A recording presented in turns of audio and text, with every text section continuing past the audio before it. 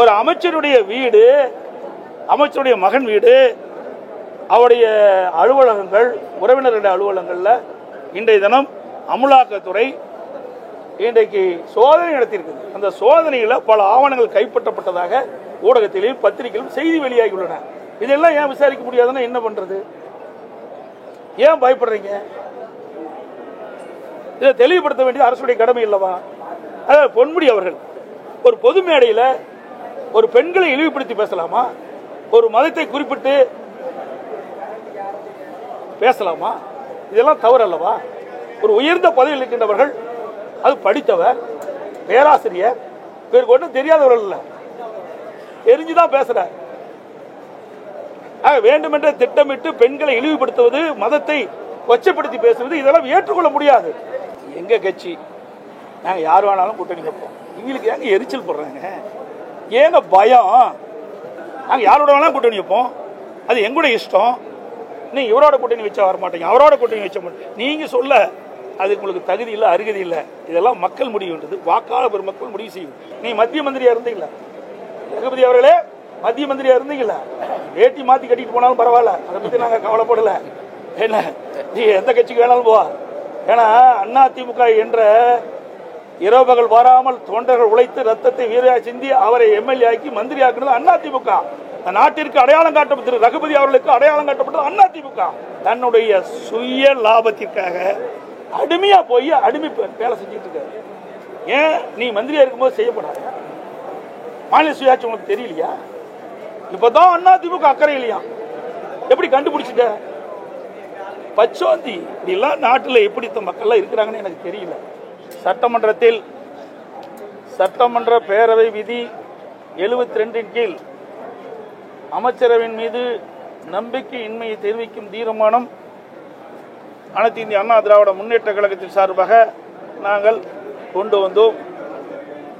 அது குறித்து அவையில் பேசுவதற்கு சட்டப்பேரவை தலைவர் அவர்கள் மறுத்துவிட்டார்கள். அதை கண்டித்து நாங்கள் வெளிநடப்பு செய்திருக்கின்றோம். இதில் குறிப்பிட்டது முதலமைச்சர் திரு ஸ்டாலின் அவர்கள் தலைமையில் இயங்கும் திராவிட முன்னேற்ற கழக அமைச்சரவை மீது கீழே கையெழுத்திட்டுள்ள அனைத்து இந்திய அண்ணா திராவிட முன்னேற்ற கழக சட்டமன்ற உறுப்பினர்கள் கீழ்காணும் காரணங்களுக்காக நம்பிக்கை இழந்துவிட்டது என்பதை தெரிவித்துக் கொள்கின்றோம். எனவே தமிழ்நாடு சட்டப்பேரவை விதி 72 கீழ் அமைச்சரவின் மீது நம்பிக்கையின்மையை தெரிவிக்கும் தீர்மானத்தை இன்றே 16/4/2022 கொண்டு வர அனுமதி அளிக்குமாறு மாண்பு பேரவைத் தலைவர் அவரிடத்தில் அவருடைய அறையிலே நாங்கள் கடிதம் கொடுத்தோம். அதில் மாண்புமிகு நகராட்சி நிர்வாகத்துறை அமைச்சர் திரு கே நேரு, அவரது மகன் மற்றும் சகோதரர் ஆகியோருக்கு சொந்தமான சென்னை, கோவை, திருச்சி ஆகிய மாவட்டங்களில் உள்ள இடங்களில் மற்றும் இல்லங்களில், அலுவலகங்களில் ஆகியவற்றில் 7/4/2025 அன்று மத்திய அமலாக்கத்துறை சோதனை நடத்தியதுடன் சோதனைக்கு பின்பு மேல் விசாரணை நடத்தி 11/4/2025 அன்று விளக்கமான செய்தி குறிப்பொன்று வெளியிடப்பட்டுள்ளது. அடுத்தது, மாண்புமிகு வன மற்றும் காவல்துறை அமைச்சர் திரு கே பொன்முடி அமைச்சராக பதவி ஏற்கும் பொழுது அளித்த உறுதிமொழியை மீறி இந்து மதத்தை மற்றும் இந்து மதத்தை பற்றியும் பெண்களை பற்றியும் அவர் ஒரு நிகழ்ச்சியில் குறிப்பிட்டது அவதூறாக பேசியதால் அமைச்சர் பதவி ஏற்கும் பொழுது அவர் ஏற்ற உறுதிமொழியை மீறிய செயலாகும். அடுத்தது, மின்சாரம், மதுவிலக்கு மற்றும் ஆயத்துறை அமைச்சர் திரு வி செந்தில் பாலாஜி அவர்கள் துறையான டாஸ்மாக் நிறுவனம் மற்றும் கடைகள், தனியார் மதுபான ஆலைகள் மத்திய அமலாக்கத்துறை 6/3/2025 அன்று சோதனை நடத்தினார்கள். முதற்கட்டமாக சுமார் 1000 கோடி ரூபாய்க்கு மேல் முறைகேடுகள் நடந்துள்ளதாக அமலாக்கத்துறை செய்தி வெளியிடப்பட்டுள்ளன. எனவே மேற்காணும் காரணங்களுக்காக மாண்புமிகு திரு முதலமைச்சர் திரு மு.க. ஸ்டாலின் அவர்களின் தலைமையில் செயல்படும் அமைச்சரை மீது நம்பிக்கையின்மை தீர்மானம் கொண்டு வர நாங்கள் கடிதம் கொடுத்து இது குறித்து விவாதிக்க வேண்டும் என்று பேரவைத் தலைவர் அனுமதி கொடுத்தோம். அனுமதி மறுக்கப்பட்டது என்பதை நேரத்தில் தெரிவித்துக் கொள்கின்றேன். இது ஒரு முக்கியமான பிரச்சனை. நீங்க கடந்த காலத்தில் பார்த்தீங்கன்னா, நீங்க இதற்கு முன்பு அவையில இப்படி அரசின் மீது நம்பிக்கை இல்லா தீர்மானம் வருகின்ற பொழுது 1952, 57 எடுத்திருக்கிறாங்க, 57, 62 எடுத்திருக்கிறாங்க, 1962, 1967 எடுத்திருக்கிறாங்க, 1967, 1970 எடுத்திருக்கிறாங்க, 1971, 1976 எடுத்திருக்கிறாங்க, 1977, 1980 எடுத்திருக்கிறாங்க, 1980, 1984 அவையில் பேசுவதற்கு அனுமதி அளிச்சிருக்கிறாங்க, 1985, 1988 இடைப்பட்ட காலம் எடுத்திருக்கிறாங்க, 2001, 2006 வாக்கெடுப்பு நடத்தல எடுத்திருக்கிறாங்க. இப்படி கடந்த காலத்தில் இப்படி அரசின் மீது நம்பிக்கையின்மை தீர்மானம் கொண்டு வருகின்ற பொழுது அதை அப்பொழுது இருந்த சட்டப்பேரவை தலைவர்கள் அனுமதி கொடுத்து சட்டமன்றத்தில் விவாதிக்கப்பட்டுகின்றது. அதைத்தான் மேற்கோடு காட்டி நாங்கள் பேசினோம். எங்களுக்கு அனுமதி கொடுக்க மறுத்த காரணத்தினாலே நாங்கள் வெளிநடப்பு செய்திருக்கிறோம். பல்வேறு காலகட்டங்களில் அரசு நம்பிக்கை 10 நாட்களுக்கு முன்பு கூட அதிமுக சபாநாயகர் மீதான நம்பிக்கை இந்த தீர்மானத்தை எடுப்பதில் என்ன பிரச்சனை? அதுதாங்க அவையில் தான் சொல்ல வேணும். நாங்கள் செய்தித்தாள்லையும் ஊடகத்திலையும் அன்றாட செய்தி வந்து கொண்டிருக்கின்றது.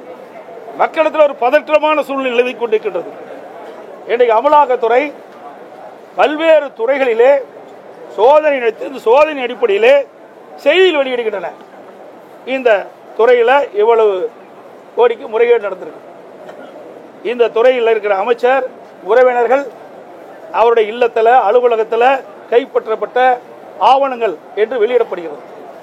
அது மட்டுமல்ல, ஒரு அமைச்சர் இந்து மதத்தை புண்படுத்துகின்ற விதமாகவும் பெண்களை இழிவுபடுத்துகின்ற விதமாகவும் பேசியிருக்கிறார். இதையெல்லாம் முக்கிய பிரச்சனையா இந்த ஆட்சிக்கு தெரியல. இதையெல்லாம் விவாதிக்க வேண்டும் என்றுதான் நாங்கள் அவையிலே இந்த விதி எண் 72 கீழ் கொண்டு வந்தோம். அது அனுமதி கொடுக்க மறுத்த காலத்தில் இருக்கு. இதெல்லாம் ஒரு முக்கிய பிரச்சனை. இன்னைக்கு உங்க ஊடகத்திலையும் பத்திரிகையிலும் அன்றாட செய்தி வந்து கொண்டு இருக்கின்றது. ஆக இந்த செய்தி என்ன என்று விளக்கமாக இந்த அரசு தான் விளக்க வேண்டும். அதை அரசினுடைய கடமை. பிரதான எதிர்க்கட்சி என்ற முறையில் நாட்டில் நிலவுகின்ற பிரச்சனையை அரசுடைய கவனத்திற்கு கொண்டு வரும். இதுல இந்த அரசு என்னென்ன இப்படி அமலாக்கத்துறை மூலமாக எடுக்கப்பட்ட நடவடிக்கைகள் என்ன என்பதை விளக்க வேண்டியது அரசுடைய கடமை. அதை விட்டுட்டு நாங்கள் கொண்டு வந்த தீர்மானத்தை, நாங்கள் கொண்டு வந்த இந்த 3 கோரிக்கையும் நிராகரித்து பேசுவதற்கு அனுமதி கொடுக்காம எங்களை கொடுக்கல. அதனால நாங்கள் வேற வழி இல்லை, நாங்கள் வெளிநடப்பு செய்யணும். அது என்னைக்கு பரிசீலனை வரப்போகுது? இன்னும் ஒரு 10 நாள் தான் இருக்குது. பரிசீலனை கொண்டு போயிடுவாங்க. ஏன் இதே அரசாங்கம் அதிமுக அரசாங்கம் இருக்கின்ற பொழுது, திராவிட முன்னேற்ற கழகம் எதிர்க்கட்சி வரிசையில் இருக்கின்ற பொழுது எத்தனை முறை 0 ஹவரில் பிரச்சனை எழுப்பினாங்க. அதுக்கெல்லாம் நாங்கள் அனுமதி கொடுத்தோம். இது முக்கிய பிரச்சனைங்க. ஒரு அமைச்சருடைய வீடு, அமைச்சருடைய மகன் வீடு, அவருடைய அலுவலகங்கள், உறவினருடைய அலுவலகங்களில் இன்றைய தினம் அமலாக்கத்துறை இன்றைக்கு சோதனை நடத்தியிருக்கு. அந்த சோதனையில் பல ஆவணங்கள் கைப்பற்றப்பட்டதாக ஊடகத்திலும் பத்திரிகையிலும் செய்தி வெளியாகியுள்ளன. இதெல்லாம் ஏன் விசாரிக்க முடியாதுன்னா என்ன பண்றது? ஏன் பயப்படுறீங்க? இதை தெளிவுபடுத்த வேண்டியது அரசுடைய கடமை இல்லவா? அதாவது பொன்முடி அவர்கள் ஒரு பொது மேடையில் ஒரு பெண்களை இழிவுபடுத்தி பேசலாமா? ஒரு மதத்தை குறிப்பிட்டு பேசலாமா? இதெல்லாம் தவறு அல்லவா? ஒரு உயர்ந்த பதவியில் இருக்கின்றவர்கள், அது படித்தவர், பேராசிரியர், பேருக்கு ஒன்றும் தெரியாதவர்கள் இல்ல, தெரிஞ்சுதான் பேசுற. வேண்டுமென்ற திட்டமிட்டு பெண்களை இழிவுபடுத்துவது, மதத்தை கொச்சைப்படுத்தி பேசுவது, இதெல்லாம் ஏற்றுக்கொள்ள முடியாது. அது எந்த மதமாக இருந்தாலும் சரி. தமிழகத்தை பொறுத்த வரைக்கும் அனைத்து மதமும் சமமாக கருதக்கூடிய கட்சி அதிமுக கட்சி. எந்த ஒரு மதத்தை சார்ந்தவர்களுடைய மனமும் புண்படக்கூடாது என்பதுதான் எங்களுடைய நிலைப்பாடு. ஆனால் இன்றைய ஆட்சியாளர்கள், அந்த ஆட்சியில் இடம்பெற்றிருக்கின்ற அமைச்சர் பெருமக்கள் வேண்டுமென்றே திட்டமிட்டு இப்படி ஒரு தவறான செயலில் ஈடுபடுவது காரணமாகத்தான் இதையெல்லாம் அவையிலே விவாதிக்க வேண்டும் என்றுதான் நாங்கள் அவையிலே பிரச்சனை இருக்கணும். கடந்த வாரம் ஒரு முக்கியமான ஒரு நிகழ்வு நடந்தது. திமுக கூட்டணிக்கு ஒரு வலுவான எதிர் கூட்டணியாக அதிமுக பாஜக எப்படி கூட்டணி எவ்வாறு அமைக்கணும்? வலுவான கூட்டணியா வலுவில்லாத கூட்டணியா இதெல்லாம் தேர்தல்லாம் தெரியும். ஆக ஒரு கட்சி, அந்த கட்சி வருகின்ற தேர்தலில் வெற்றி பெற வேண்டும். நான் ஏற்கனவே சொன்னேன், சிதறுகின்ற வாக்குகளெல்லாம் ஒன்றாக சேர்த்து எதிரிகளை வீழ்த்த வேண்டும். அப்படி இந்த ஆளுகின்ற திராவிட முன்னேற்ற கழக கட்சி வீழ்த்த வேண்டும், இந்த ஆட்சியிலிருந்து அகற்றப்பட வேண்டும் என்ற கருத்து உள்ள கட்சிகள் எல்லாம் ஒன்றாக இணைத்து நாங்கள் தேர்தலில் போட்டியிடுவதற்கு நாங்கள் முயற்சி செய்தோம். அந்த முயற்சி முதற்கட்டமாக பாரதிய ஜனதா கட்சி எங்களோடு இணைந்திருக்கிறோம். இன்னும் பல கட்சிகள் வரும். இன்னும் ஒரு ஆண்டுகள் இருக்கின்றன. அனைத்து இந்திய அண்ணா திராவிட முன்னேற்ற கழகம் பாரதிய ஜனதா கூட்டணி அமைத்திருக்கின்றன. எங்களுடைய கூட்டணியில் இன்னும் பல கட்சிகள் விரைவில் சேர இருக்கின்றன. எல்லாம் எப்படி வெளியில பேச முடியும்? சிலதான் பேச முடியும், சிலதெல்லாம் பேச முடியும். அதிமுக பாஜக கூட்டணியை வந்து திமுக கூட்டணி விமர்சிக்கிறாங்க. சந்திரபாத கூட்டணி, அதாவது பாஜக கூட்டணி இல்லைன்னு சொன்னவங்க வந்து அதை வச்சிருக்காங்கன்னு ஒரு விமர்சனம் வைக்கிறாங்க. எங்க கட்சி நாங்க யார் வேணாலும் கூட்டணி வைப்போம். இவங்களுக்கு ஏங்க எரிச்சல் போடுறாங்க? ஏங்க பயம்? இன்னைக்கு பயம் வந்துட்டுது. அதிமுக ஒரு பிரதான கட்சி. இன்னைக்கு தமிழகத்தில் 30 ஆண்டு காலம் ஆட்சி புரிந்த கட்சி, 50 பொன்விழா கண்ட கட்சி. எங்களுடைய கட்சி ஆட்சிக்கு வர வேண்டும். அந்த எண்ணத்தின் அடிப்படையிலே நாங்கள் கூட்டணி அமைத்துக் கொண்டிருக்கிறோம். ஆகவே நாங்கள் கூட்டணி அமைச்சா உங்களுக்கு என்ன கஷ்டமா இருக்குது? உங்களுக்கு என்ன எரிச்சல் படுறீங்க? நாங்கள் யாரோட வேணாலும் கூட்டணி வைப்போம். அது எங்களுடைய இஷ்டம். நீங்க இவரோட கூட்டணி வச்சா வர மாட்டீங்க, அவரோட கூட்டணி வச்ச மாட்டீங்க. நீங்க சொல்ல அது உங்களுக்கு தகுதி இல்லை, அருகதி இல்லை. இதெல்லாம் மக்கள் முடிவுன்றது, வாக்காளர் பெருமக்கள் முடிவு செய்யும். மாநில உரிமை தொடர்பாக முதலமைச்சர் ஒரு தீர்மானம் கொண்டு வந்திருக்காரு. அதற்கு அதிமுக எந்தவித கருத்தும் தெரிவிக்கல. இது வருத்தம் அளிக்குதுன்னு முதலமைச்சர் சொல்லியிருக்காரு. கடந்த காலங்களில் திமுக கொண்டு வந்திருக்கக்கூடிய தீர்மானங்களுக்கு அதிமுக கருத்து வேறுபாடு இருந்தாலும் அதற்கு ஆதரவு தெரிவிச்சிருந்தாங்க. ஆனா இந்த விஷயத்துல எதுவும் எடுக்கல அப்படின்றாரு. அருமையான கேள்வி கேட்டீங்க. இதை கேள்வி கேட்பீங்கன்னு நினைச்சிட்டு இருந்தேன். சிந்திச்சு பாருங்க. அத்தனை ஊடகங்களும் பத்திரிகைகளும் மனசாட்சி உள்ள மனிதர்கள் அத்தனை பேரும் எண்ணி பார்க்க வேண்டும். 16 ஆண்டு காலம் மத்தியிலே ஆட்சி அதிகாரத்தில் இருந்தது திமுக. இந்த 16 ஆண்டு காலம் ஆட்சி அதிகாரத்தில் இருக்கின்ற பொழுது அப்பொழுது திமுக இந்த மாநில சுயாட்சியை சட்டத்தை கொண்டு வந்து நிறைவேற்றப்பட்டிருந்தால் இந்த பிரச்சனை இருந்திருக்காது. ஆட்சி அதிகாரத்தில் இருக்கும் போதெல்லாம் இதை கொண்டாடல. ஆட்சி அதிகாரத்தில் இல்லாத போது வேறொரு மீது பழி சுமத்துவதற்காக நேற்றைய தினம் இந்த 110 மாநில சுயாட்சி பற்றி இன்றைக்கு வெளியிட்டிருக்கார். நல்லா சிந்திச்சு பாருங்க. 2006 2011 மாநிலத்திலும் இவருடைய ஆட்சி, மத்தியிலையும் திமுக அங்கம் வைக்கின்ற காங்கிரஸ் கூட்டாட்சி. அந்த காலகட்டத்திலேயாவது கொண்டு வந்து மாநில சுயாட்சி நிறைவேற்றிக்கலாம்ல? ஏன் நிறைவேற்றல? அதுதான் எங்களுடைய கருத்து, எங்களுடைய ஆதங்கம்லாம் அதுதான். ஒரு வாய்ப்பு கிடைக்கின்ற பொழுது தமிழ்நாட்டு மக்களுடைய நலன் சார்ந்த பிரச்சனையை நிறைவேற்றிக்கலாம். அதை தவற விட்டுட்டீங்களே. இப்போ அடுத்த ஆண்டு தேர்தல் வர இருக்கு. அந்த தேர்தல் வருவதற்கு இன்றைக்கே நாடகத்தை ஆரம்பிச்சிட்டாங்க. திராவிட முன்னேற்ற கழக அரசு மீது மக்கள் கொந்தளிப்போடு இருக்கிறாங்க, மிகப்பெரிய வெறுப்போடு இருக்கிறாங்க. திராவிட முன்னேற்ற கழக ஆட்சி அகற்ற வேண்டும். 2026 சட்டமன்ற தேர்தலில் வாக்காளர் பெருமக்கள் எதிர்நோக்கி கொண்டிருக்கிறாங்க. அதை மடைமாற்றுவதற்காக, அதை திசை திருப்புவதற்காக இன்றைக்கு மாநில சுயாட்சி என்ற ஒரு நாடகத்தை நேற்றைய தினம் அரங்கேற்றிருக்கிறார். உண்மையிலேயே இவருக்கு மனசாட்சி இருந்தா மத்தியில் ஆட்சி அதிகாரம் இருக்கும் போது ஏன் நீங்க நிறைவேற்றல? ரகுபதி நேற்று பேசுறார் அக்கறையில. நீ மத்திய மந்திரியா இருந்தீங்களா? ரகுபதி அவர்களே மத்திய மந்திரியா இருந்தீங்களா? வேட்டி மாத்தி கட்டிட்டு போனாலும் பரவாயில்ல, அதை பத்தி நாங்க கவலைப்படல. என்ன நீ எந்த கட்சிக்கு வேணாலும் போவா. ஏன்னா அதிமுக என்ற இரவு பகல் வராமல் தொண்டர்கள் உழைத்து ரத்தத்தை வீரையா சிந்தி அவரை எம்எல்ஏ ஆக்கி மந்திரி ஆக்கினது அதிமுக. நாட்டிற்கு அடையாளம் காட்டப்பட்டது, ரகுபதி அவர்களுக்கு அடையாளம் காட்டப்பட்டது அதிமுக.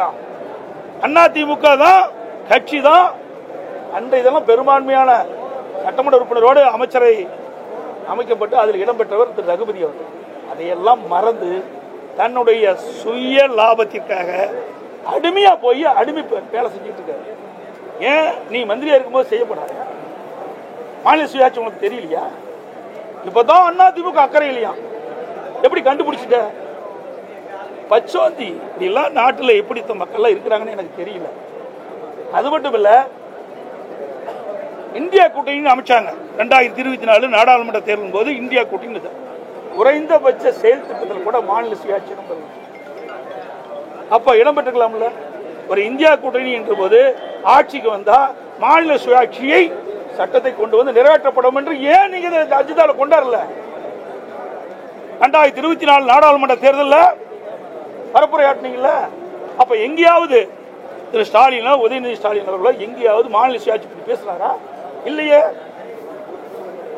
எல்லாம் சுய லாபத்திற்காக. மத்தியில் ஆட்சி அதிகாரம் கிடைக்க வேணும். அது தன் குடும்பத்திற்கு கருணாநிதி குடும்பத்தைச் சேர்ந்தவர்கள் மத்தியில் ஆட்சி அதிகாரத்துக்கு வரணும். அதுதான் அவருடைய நிலைப்பாட ஒழிய தமிழ்நாட்டு மக்கள் மீது அக்கறை இல்லாத ஒரு அரசாங்கம் திமுக அரசாங்கம், திமுக கட்சி. அன்னைக்கு நடந்த ரெண்டு